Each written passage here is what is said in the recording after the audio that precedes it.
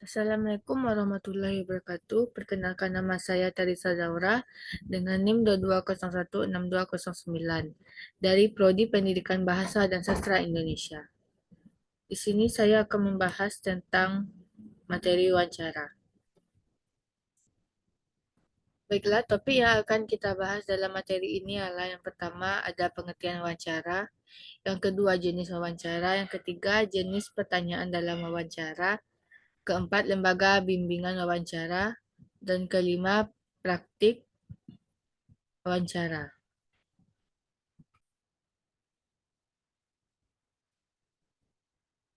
Selanjutnya, kita akan membahas tentang pengertian wawancara.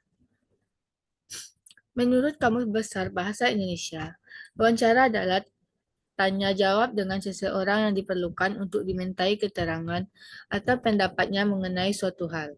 Menurut Bungin 2007, wawancara merupakan salah satu metode pengumpulan data penelitian di mana dalam pelaksanaannya terjadi proses percakapan untuk mengonstruksi mengenai orang, kejadian, kegiatan, organisasi, motivasi, perasaan, dan sebagainya yang dilakukan dengan dua pihak, yakni pewawancara atau interviewer dan orang yang diwawancarai atau interview.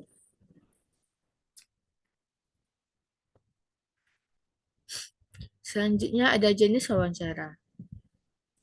Secara umum yang kita ketahui, jenis wawancara terbagi atas tiga, yaitu wawancara terstruktur, wawancara tidak terstruktur, dan wawancara bebas terpimpin. Di sini kita akan bahas satu persatu. Yang pertama itu wawancara terstruktur. Wawancara terstruktur atau terpimpin di mana semua pertanyaan-pertanyaan yang ingin diajukan sudah dipersiapkan secara rinci dan lengkap. Yang kedua, wawancara tidak terstruktur. Wawancara tidak terstruktur adalah kebalikan dari wawancara terstruktur, di mana pertanyaan-pertanyaan yang diajukan bersifat terbuka. Jenis ini juga bisa disebut wawancara sebab pewawancara dapat menanyakan apa saja kepada narasumber. Dan terakhir yaitu wawancara bebas terpimpin. Jenis terakhir dari wawancara adalah wawancara bebas terpimpin, yaitu gabungan dari kedua jenis wawancara sebelumnya, di mana pewawancara tetap menyiapkan pertanyaan-pertanyaan yang akan diajukan, namun secara garis besarnya saja. Yang selanjutnya yaitu jenis pertanyaan dalam wawancara. Yang pertama ada pertanyaan terbuka. Maksud dari pertanyaan terbuka adalah pertanyaan yang menghendaki jawaban yang luas dan bebas. Luas dan bebas artinya penjawab dapat menentukan sendiri bagaimana bentuk jawaban dan sepanjang apa jawaban itu hendak diberikan.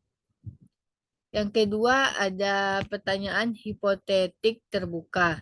Dalam hal ini pertanyaan hipotetik terbuka hampir sama gayanya dengan pertanyaan terbuka, baik kelemahannya maupun kekuatannya. Yang membedakannya hanya struktur pertanyaan itu sendiri, dengan memberikan beberapa keterangan untuk menyesuaikan dengan situasi wawancara.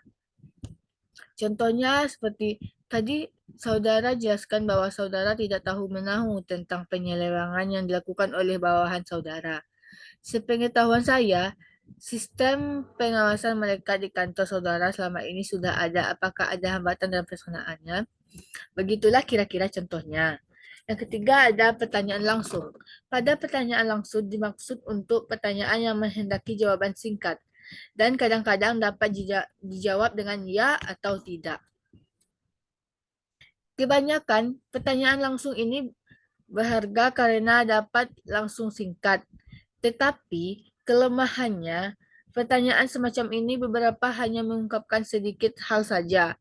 Bagi beberapa penjawab, pertanyaan semacam ini tidak hanya diberikan jawaban singkat, tetapi diberikan pula beberapa keterangan tambahan. Contohnya, apakah saudara ikut dalam rombongan presiden ke China yang baru lalu? Selanjutnya ada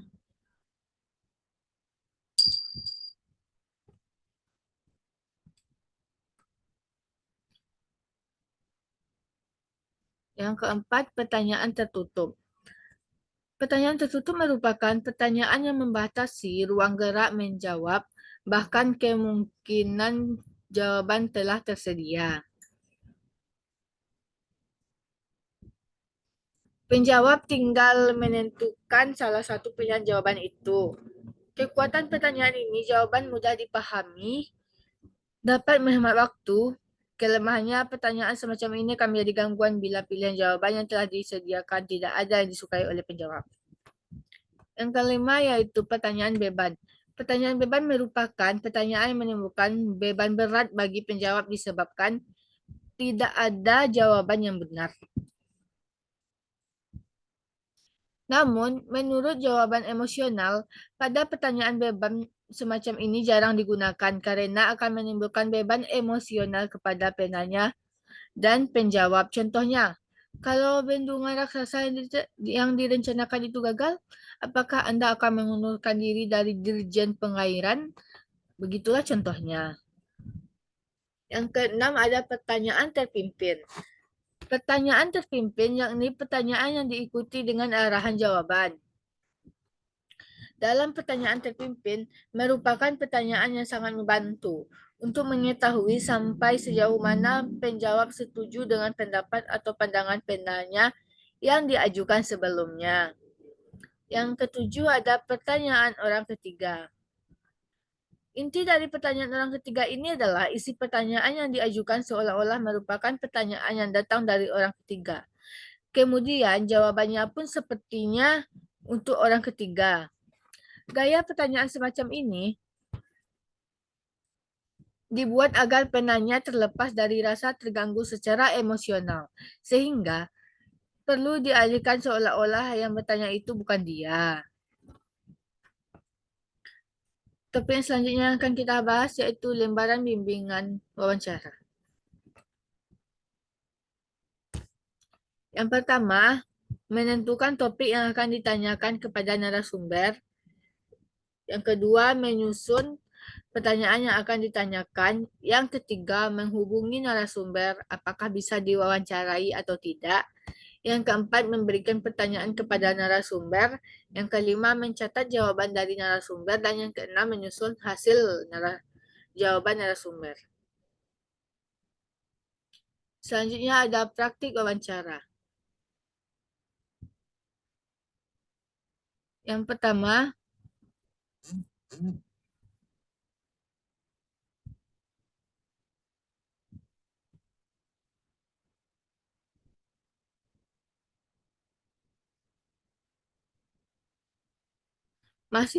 satu mahasiswa dikelompokkan ke dalam satu kelompok yang masing-masing terdiri dari dua mahasiswa. Yang kedua, mahasiswa melakukan role play sebagai interviewer dan interview. Dan yang ketiga, dosen mengamati dan memberikan penilaian pada aktivitas wawancara yang dilakukan oleh mahasiswa. Intinya, wawancara itu merupakan salah satu tanya jawab yang dilakukan oleh seorang interviewer dan interview, yang dimana itu akan terjadi komunikasi antara tanya dan jawabnya, yang akan mendapatkan jawaban serta bisa memancing secara emosional. Wawancara juga digunakan untuk melamar pekerjaan, melamar melamar untuk pekerjaan lain-lainnya lah. Seperti itulah kita gunanya mempelajari materi tentang wawancara ini. Sekian, terima kasih. Apabila ada kata yang salah atau yang teman-teman tidak mengerti, saya mohon maaf. Saya tutupi dengan Assalamualaikum warahmatullahi wabarakatuh.